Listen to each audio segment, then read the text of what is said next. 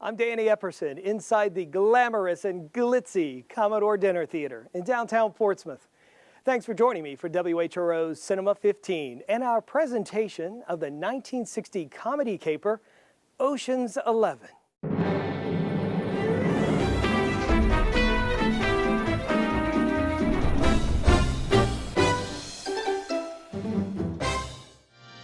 Ring-a-ding-ding, baby, we're going to Vegas.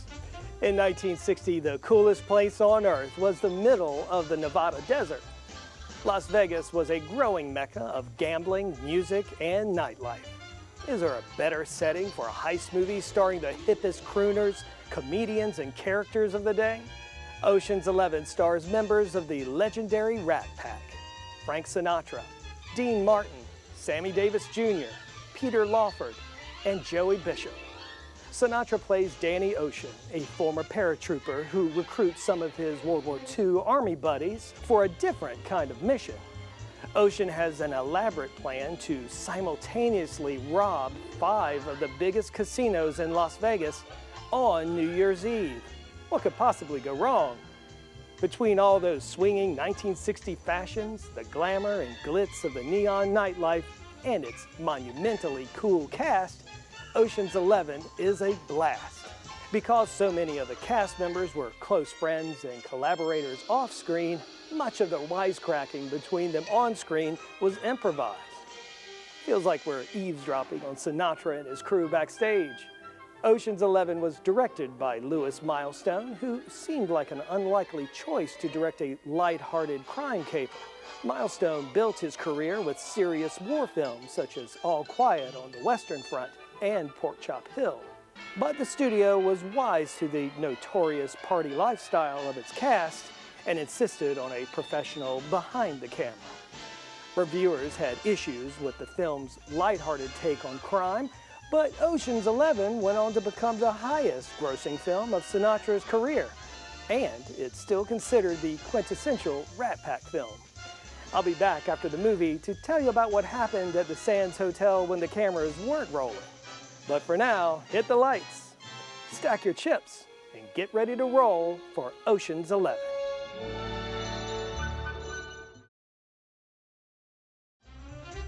I loved that twist at the end, but I guess what they say about Vegas is true. The house always wins.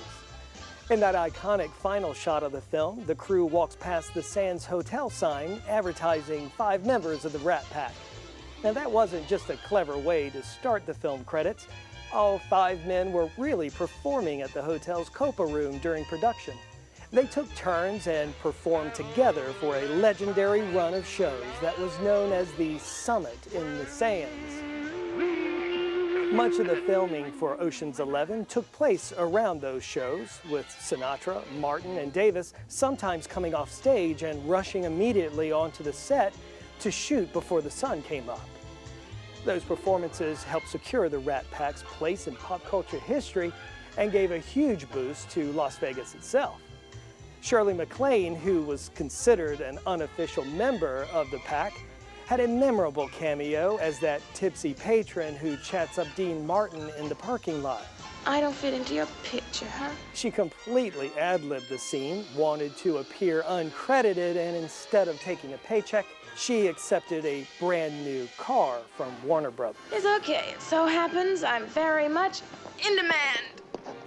Speaking of cameos, you can spot a couple of original 1960 cast members in the 2001 Ocean's 11 remake from director Steven Soderbergh. Angie Dickinson and Henry Silva both appear as boxing spectators in the film.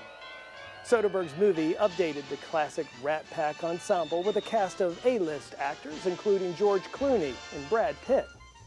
It was successful enough to spawn 3 sequels, most recently an all-female version starring Sandra Bullock as Danny Ocean's sister. Hollywood will probably deal out more Ocean's films in the future, but for me, the Rat Pack will always be the royal flush. That's all for now. Thanks for joining me. I'm Danny Epperson, and I will see you next week for WHRO Cinema 15 and another classic movie.